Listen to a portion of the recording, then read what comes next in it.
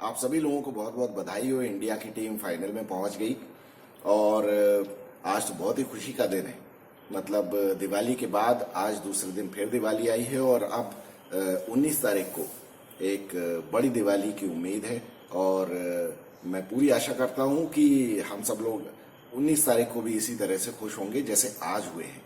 Match कहने को तो बहुत आखिरी में अगर आप रिजल्ट देखें तो ऐसा लगता है कि वन साइडेड हुआ।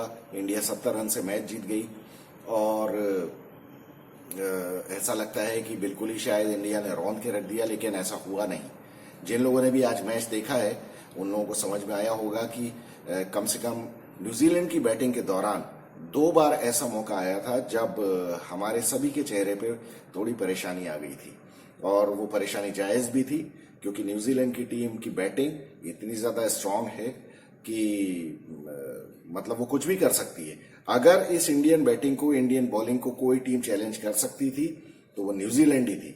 और इसीलिए मुझे लग रहा था कि न्यूजीलैंड भले ही सेमीफाइनल में पहुंचने वाली चौथी टीम हो, या वो 4 मैच हारने के बाद पहुंची हो, या वो किसी तरह स्ट्रगल करके लीग मैचेस में पहुंची हो, लेकिन वो नॉकआउट मैचेस में बिल्कुल वो एक दूसरे ही रंग में नजर आते हैं। और मैं तो ये कहूंगा कि इस बार की जो ऑस्ट्रेलिया की टीम है उससे भी ये न्यूजीलैंड की टीम ज्यादा बेटर है। और साउथ अफ्रीका की टीम से मुझे उतना ज्यादा डर नहीं है, क्योंकि साउथ अफ्रीका की टीम को उतना ज्यादा एक्सपीरियंस नहीं है। वो बात अलग है कि न्यूजीलैंड को भी फाइनल जीतने का कोई एक्सपीरियंस नहीं है, लेकिन सेमीफाइनल उन्होंने काफी जीते हैं। वो 2 बार पहले भी फाइनल में पहुंच चुके हैं और हमको पिछली बार तो उन्होंने हराया ही था। खैर, मैच की बात अगर हम करें तो मैच के तो शुरू होने के पहले से ही कंट्रोवर्सी शुरू हो गई। यहां मैंने ये देखा है कि इंडिया ने जब से इकोनॉमी में और स्पोर्ट्स में अच्छा करना शुरू किया है, तो आप सब लोगों ने भी ऑब्जर्व किया होगा कि पूरी दुनिया का अब एजेंडा एक ही है कि किसी तरह से इंडिया की अच्छाई में भी बुराई निकाली जाए। और उसमें एक नंबर तो हमारा ये बेकारी पड़ोसी है जिसको कि कोई चैन ही नहीं है। मतलब हमारा टीम खुद की जो टीम है वो बिल्कुल नाली में गिरी पड़ी है, लेकिन उसके बावजूद भी उनको क्रिटिसाइज इंडिया को करना है, चाहे वो मोहम्मद हफीज हो या फिर वो राशिद लतीफ हो। राशिद लतीफ का जो चैनल है, अगर आप लोगों ने देखा हो तो वो बहुत सटल तरीके से इंडिया को क्रिटिसाइज करते हैं, वो कभी सामने आके नहीं करता है। और उसका जो साथी है वो लोग भी चुपचाप, वो हमको समझ में आता है ना कि तुम कहना क्या चाहते हो। बाकी तुम्हारे जितने भी बाकी तुम्हारे जो घटिया अब्दुल रज्जाक टाइप के जो प्लेयर्स हैं उनकी तो औकात हमको वैसे ही पता है। तो तुम सब लोग एक ही थैली के चट्टे बट्टे हो, तुम कुछ भी कहो, तुम्हारी किस्मत में यही लिखा हुआ है कि तुम बस इंडिया की तारीफ करते रहो और तुम्हें तो झक मार के करनी ही पड़ेगी। तो तुमको मुबारक हो तुम्हारा पाकिस्तान, तुम वहीं सड़ो, तुम्हारी ऐसी की तैसी। चलो खैर, मैच के बारे में जो कंट्रोवर्सी शुरू हुई वो ये हुई कि कोई कह रहा है कि ऑस्ट्रेलियन मीडिया में एक खबर छपी कि ये तो इन्होंने सेमीफाइनल के लिए पिच ही चेंज कर दी है। पिच चेंज कर दी से मतलब कि कोई फ्रेश पिच नहीं है, यूज्ड पिच ही ये लोग यूज कर रहे हैं। अब कोई किसी इन बेवकूफ लोगों से पूछे कि अगर पिच, यूज्ड पिच भी अगर इस मैच के लिए यूज की गई है तो उससे फर्क क्या पड़ता है? फर्क तब पड़ता है जब आपने एक विकेट के ऊपर न्यूजीलैंड को बैटिंग करवाई हो और आपने दूसरे विकेट के ऊपर बैटिंग की हो। ऐसा तो नहीं हुआ ना, दोनों टीमों के लिए एक ही पिच थी। और दूसरी बात ये भी नहीं हुआ कि टॉस होने के बाद विकेट चेंज किया गया हो, वो पहले से ही डिसाइडेड था कि कौन से विकेट के ऊपर होना है। और टॉस कौन जीतेगा इसके बारे में कोई क्या कह सकता है? तो इसमें कहां फ्रॉड हो सकता है और कैसे हो सकता है? लेकिन ये जो मतलब अगर ये ऑस्ट्रेलियन मीडिया ने ये बात कही है तो मैं तो ये कहूंगा कि इन लोगों को तो कुछ कहने का हक ही नहीं है। ये तो दुनिया भर की चोरी चकारी, अंडर हैंड बॉलिंग करवाने से लेके सैंड पेपर गेट और ब्रेन फेड और दुनिया भर के तुम उल्टे सीधी चोरी चकारी करते रहे हो और गाली गलौज करते रहे हो। उसके बाद तुमको अब अल्टीमेटली ये भी समझ में आ रहा है, ये जिसने भी कहा है, इंग्लैंड ने, ऑस्ट्रेलिया ने, ये सब लोग जलन के मारे हुए हैं। इनसे इंडिया की सक्सेस देखी नहीं जा रही है किसी भी हालत में। लेकिन बहुत अच्छी बात है, हाथी चलता रहता है और कुत्ते भौंकते रहते हैं पीछे, तो हमको कोई फर्क नहीं पड़ता। हाँ, लेकिन ये है कि ये जो कुत्ते भौंक रहे थे तो इनके साथ कुछ भिखारी भी लग गए वो बेकारियों ने सारे टीवी चैनलों पे आज चला दिया कि अरे वो तो इंडिया ने तो ऐसा कर दिया, वो तो वहां से तो वैसे भी चल ही रहा है कि इंडिया को तो दूसरी बॉल्स मिल रही हैं, इंडिया के लिए फेवरेबल पिचेस बन रही हैं। और आज ये जो ऑस्ट्रेलियन मीडिया ने ये जो नई जुगत ने लगाई, तो उसको भी उन्होंने पकड़ लिया कि अरे इंडिया के लिए तो देखिए विकेट यूज हो रहा है। किसी भी बेवकूफ आदमी को ये नहीं समझ में आ रहा है कि यूज्ड विकेट अगर यूज किया जा रहा है तो उससे फर्क क्या पड़ता है, वो है तो सेम दोनों के लिए। खैर मरने दो इनको, हमको क्या लेना देना है। टॉस जीतने के बाद, अच्छा देखिए कल के वीडियो में मैंने आपसे कहा था जब मैं प्रीव्यू कर रहा था कि मुझे पता नहीं क्यों ऐसा लग रहा है कि रोहित शर्मा टॉस जीत जाएगा, और रोहित शर्मा टॉस जीत भी गया और उसने बैटिंग ले ली एज एक्सपेक्टेड। हालांकि शुरुआत में विकेट कोई उतना ज्यादा फ्री फ्लोइंग नहीं था बैटिंग के लिए, इतना कंड्यूसिव नहीं था क्योंकि बॉल उतनी अच्छी विकेट के ऊपर बल्ले के ऊपर नहीं आ रही थी। लेकिन वो तो रोहित शर्मा की ब्रिलियंस थी जो पूरे टूर्नामेंट में उसने ये जो अपनी एक्स्ट्राऑर्डिनरी टाइप की जो हिटिंग शुरू की है। और इस बारे में तो मैं दाद दूंगा रोहित शर्मा की कि उसने अपने विकेट के ऊपर कोई इसको ये कहें बचाने के लिए उसने कोई कोशिश नहीं की है। अदरवाइज कोई भी बैट्समैन अगर उसकी जगह हो तो वो ये सोच सकता है, जैसे आज के मैच के पहले उसके कुछ 505 रन थे, तो वो भी उसको कोई रोक नहीं सकता ये सोचने के लिए कि मैं भी जाऊं, मैं भी हाईएस्ट रन गेटर बनूं।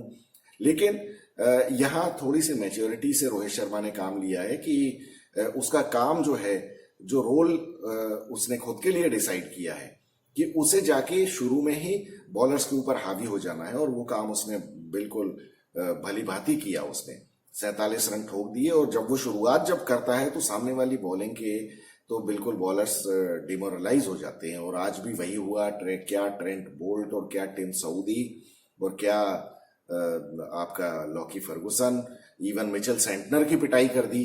शुरू के 4 ओवर में उसके 30 रन ठोक दिए, और बहुत ही गजब की बैटिंग इन लोगों ने की। और बहुत अच्छी बात यह थी कि इन लोगों के रोल डिफाइंड इतने ज्यादा अच्छी तरह से हैं कि जिस समय रोहित शर्मा पिटाई कर रहा होता है उस टाइम शुभमन गिल चुपचाप खेलता रहता है, वो अपनी आई इन करता रहता है। और आज जब रोहित शर्मा आउट हुआ उसके बाद शुभमन गिल ने टेक ओवर कर लिया। ये बिल्कुल ऐसा लगता है कि कोई कंप्यूटर में कोई प्रोग्राम सेट किया हुआ है। पिछले मैच में भी अगर आप देखें तो वो भी यही हुआ था। रोहित, शुभमन गिल, फिर विराट कोहली, फिर उसके बाद श्रेयस अय्यर, फिर केएल राहुल, और सब लोगों का रोल डिफाइंड है किसको क्या करना है। अब वो जब भी विकेट गिरता है उसके बाद जो बैट्समैन सेट होता है वो स्कोरिंग रेट तेज कर देता है। आज भी वही हुआ। जिस टाइम रोहित शर्मा आउट हुआ, विराट कोहली अंदर आया तो शुभमन गिल ने स्कोरिंग रेट बढ़ा दिया। उसके बाद जब ये दोनों सेट हो गए तो दोनों मारने लगे, उसके बाद जब शुभमन गिल को क्रैम्प आ गया और उसकी वजह से उसको रिटायर होना पड़ा, फिर जब श्रेयस अय्यर आया तो विराट कोहली ने स्कोरिंग रेट बढ़ा दी। हालांकि अभी फिर बेकारियों को कहने को ये जरूर हो गया है, वो जो जल कुकड़ा है मोहम्मद हफीज पाकिस्तानी, वो जो कह रहा था ना कि विराट कोहली सेल्फिश पारी खेल रहा था, ठीक है, अपनी सेंचुरी के लिए। तो एक मैच में जिसमें सेंचुरी मारी थी विराट ने, तो आज के मैच में भी वो यही कहेगा कि विराट ने सेल्फिश इनिंग्स के लिए, क्योंकि देखिए बाकी लोगों से तो विराट की स्कोरिंग रेट कम है। लेकिन इन बेवकूफ लोगों को ये थोड़ी समझ में आएगा, बल्कि समझ में तो सब आता है लेकिन ये एक्सेप्ट नहीं करना चाहते। विराट कोहली ने आज 50वीं सेंचुरी मार दी, और विराट कोहली ने बताया कि वो कितना बड़ा बैट्समैन है वनडे का। और हम यही एक्सपेक्ट करते हैं। हम जब भी क्रिटिसाइज करते हैं विराट कोहली को, तो हमारा केवल क्रिटिसिज्म इसी बात पे होता है कि आप जितने बड़े बैट्समैन हो या रोहित शर्मा जितना बड़ा बैट्समैन है, ये लोग जितने टाइम तक विकेट के ऊपर रहेंगे, ये सामने वाली टीम का कप्तान कभी भी चैन से नहीं रह सकता है। क्योंकि उसे पता है कि ये इतने बड़े बैट्समैन हैं कि ये जिस टाइम मारना शुरू करेंगे तो अफरा तफरी मचा देंगे, और वैसा ही होता भी है।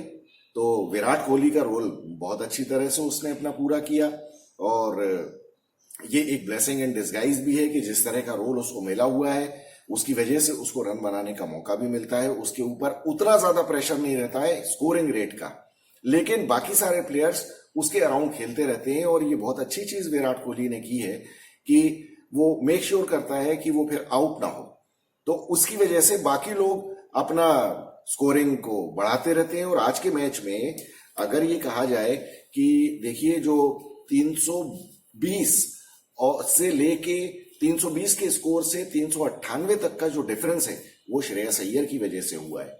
आपको याद होगा 2-4 मैचेस के पहले जब ये इन लोगों ने परफॉर्म नहीं किया था, ये श्रेयस अय्यर और शुभमन गिल ने, तो मैंने काफी क्रिटिसाइज किया था। क्योंकि देखिए शुरुआत में ही वर्ल्ड कप के पहले हम लोग ये बात कर रहे थे कि वर्ल्ड कप जीतने के लिए रोहित शर्मा और विराट कोहली का रन बनाना बहुत जरूरी है, लेकिन सिर्फ ये दोनों आपको वर्ल्ड कप नहीं जिता सकते, इनके अराउंड भी जो बल्लेबाज हैं उनको भी रन बनाने पड़ेंगे। तो मुझे शिकायत ये जो शुभमन गिल और श्रेयस अय्यर से यही थी, जब ये सेट होने के बाद आउट हो जाते थे तो वहां पे अगर ये लोग आज के मैच में भी अगर वैसी ही हरकत करते तो इंडिया किसी भी हालत में मैच जीत नहीं सकती थी। लेकिन वो तो भली मतलब बहुत अच्छी बात है कि ये इन लोगों को समझ में आ गया, या हो सकता है इन लोगों को फीडबैक दिया गया होगा कि ऐसे नहीं चलेगा, और इस वजह से पिछले 2-3 मैचेस से इन लोगों ने अपनी बैटिंग इंप्रूव की है, शुभमन और श्रेयस अय्यर दोनों ने, जिसकी वजह से ये हुआ है कि अगर श्रेयस अय्यर ने वो पारी ऐसी इतनी अच्छी फास्ट स्कोरिंग रेट से नहीं खेली होती जो उसने 64 बॉल में सेंचुरी बनाई है, अगर 67 बॉल में सेंचुरी बनाई उसने आज, अगर वो नहीं बनाई होती तो इंडिया का स्कोर शायद 320 या 330 ही रह जाता। अगर आज के मैच में 320 या 330 का स्कोर इंडिया ने बनाया होता तो इंडिया मैच हार गई होती। तो इंडिया का जो जीत का जो डिफरेंस है 70 रनों का, वो सिर्फ श्रेयस अय्यर की पारी की वजह से आया है। बाद में केएल राहुल ने आके भी बहुत अच्छी पिटाई कर दी, वो तो किसी अलग ही लेवल पे बैटिंग कर रहा है, 5वें नंबर पे आके और सिर्फ 2-3 बॉल के अंदर सेट होके और मारना पीटना शुरू करना, ये बहुत बड़ी बात है।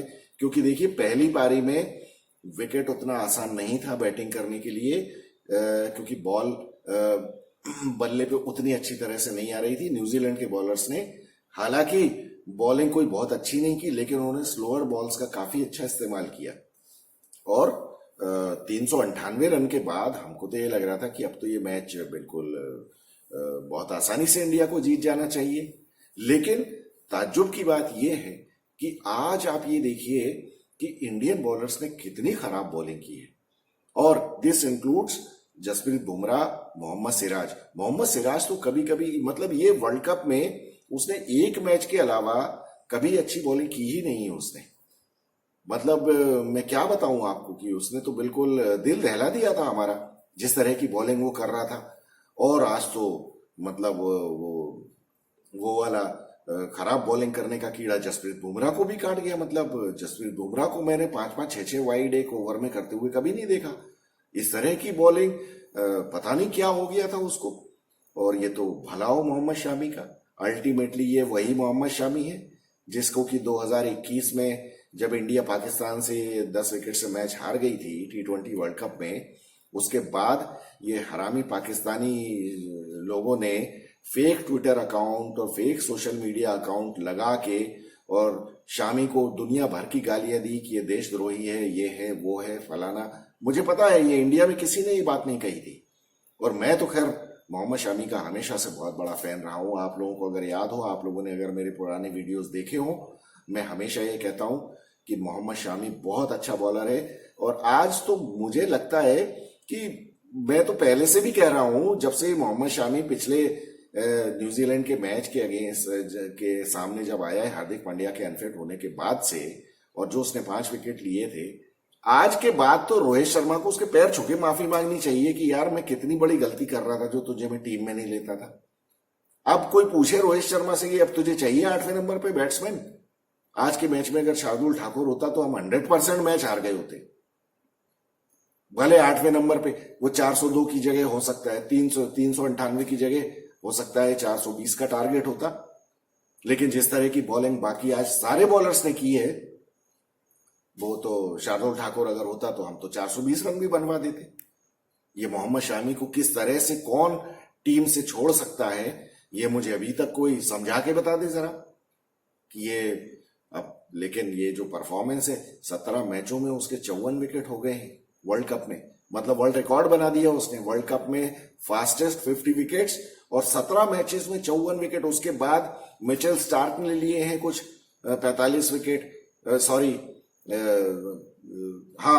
उसके बाद मिचेल स्टार्क के 45 विकेट हैं और वो उसके बाद लसिथ मलिंगा के हैं कोई विकेट्स। तो मैक्सिमम विकेट्स इसके मोहम्मद शामी के हैं और वो भी सिर्फ 17 मैचों में। बाकी लोगों ने 20-20, 25-25 मैचेस खेले हैं 50 विकेट लेने के लिए। और इंडिया की तरफ से तो आप छोड़ ही दीजिए, ये जहीर खान और कौन है शायद जवागल श्रीनाथ, इन लोगों के 30-30 मैचेस हैं। तो अब बताइए आप, इसके बाद मोहम्मद शामी को हम कैसे टीम से निकाल सकते हैं या कैसे हम सोच सकते हैं कि मोहम्मद शामी की जगह हम किसी और बॉलर को ले लें। खैर, अंत भला सो सब भला, जो हुआ किस्मत से हुआ, हार्दिक पांड्या की बदकिस्मती से हुआ।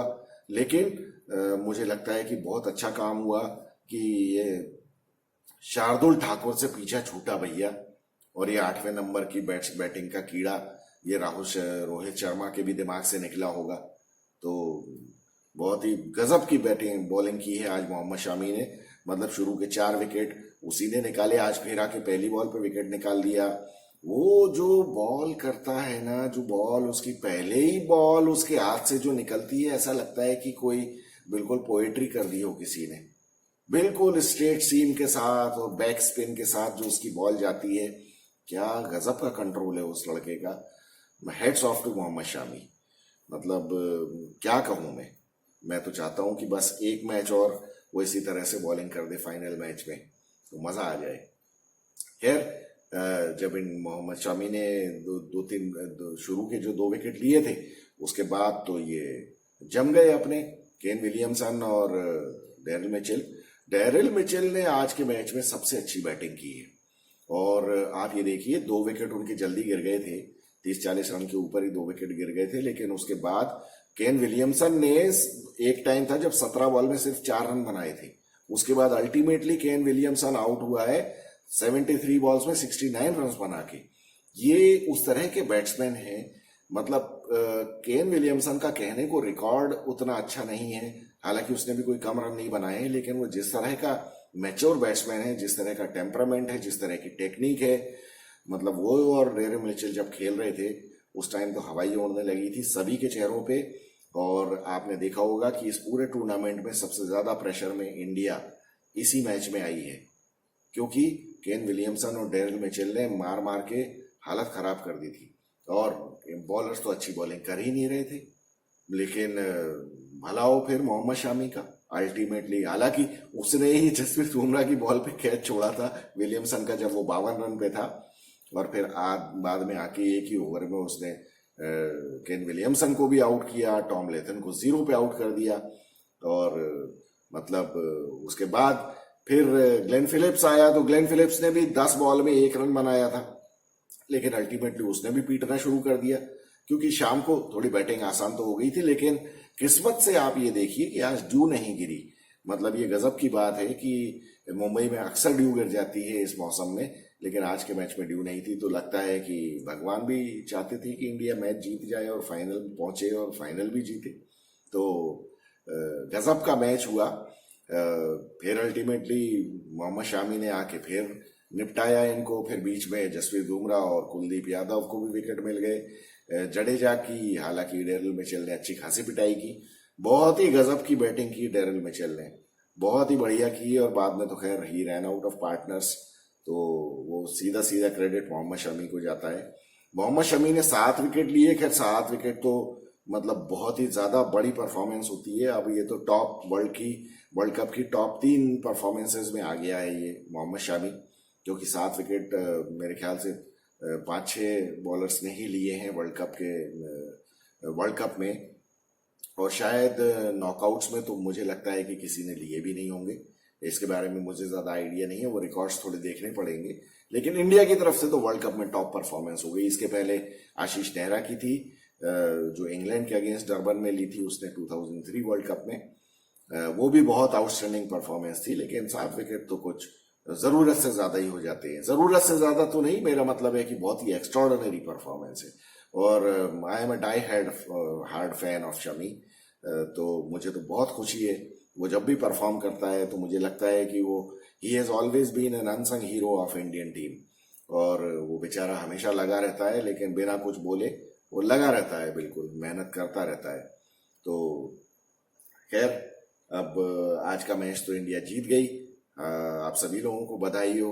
फाइनल में अब देखते हैं कि हमारे साथ कौन आता है, लेकिन मुझे लगता है कि जो कल जो सेमीफाइनल होने वाला है साउथ अफ्रीका और ऑस्ट्रेलिया के बीच में कोलकाता में, अब कोलकाता में विकेट थोड़ा स्पिन हो सकता है और वहां पे लेकिन काफी कुछ इम्पोर्टेंट होगा साउथ अफ्रीका के लिए टॉस जीतना, क्योंकि अगर वो टॉस जीते और वो पहले बैटिंग करें तभी उनका कुछ हो सकता है। अदरवाइज बाद में बैटिंग करने में तो वो बहुत ज्यादा प्रेशर में आ जाते हैं। तो अब हालांकि ऑस्ट्रेलिया की इस बार की बॉलिंग जो है वो कोई बहुत मजेदार नहीं है। मतलब ऑस्ट्रेलिया के जो फास्ट बॉलर्स हैं वो कोई बहुत अच्छी बॉलिंग नहीं कर रहे हैं।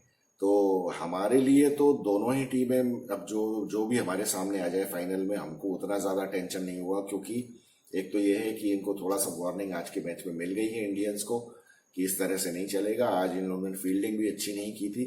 कैच तो खैर मोहम्मद शामी ने टपकाया, लेकिन ग्राउंड फील्डिंग अच्छी नहीं थी। बॉलिंग बिल्कुल भी अच्छी नहीं थी।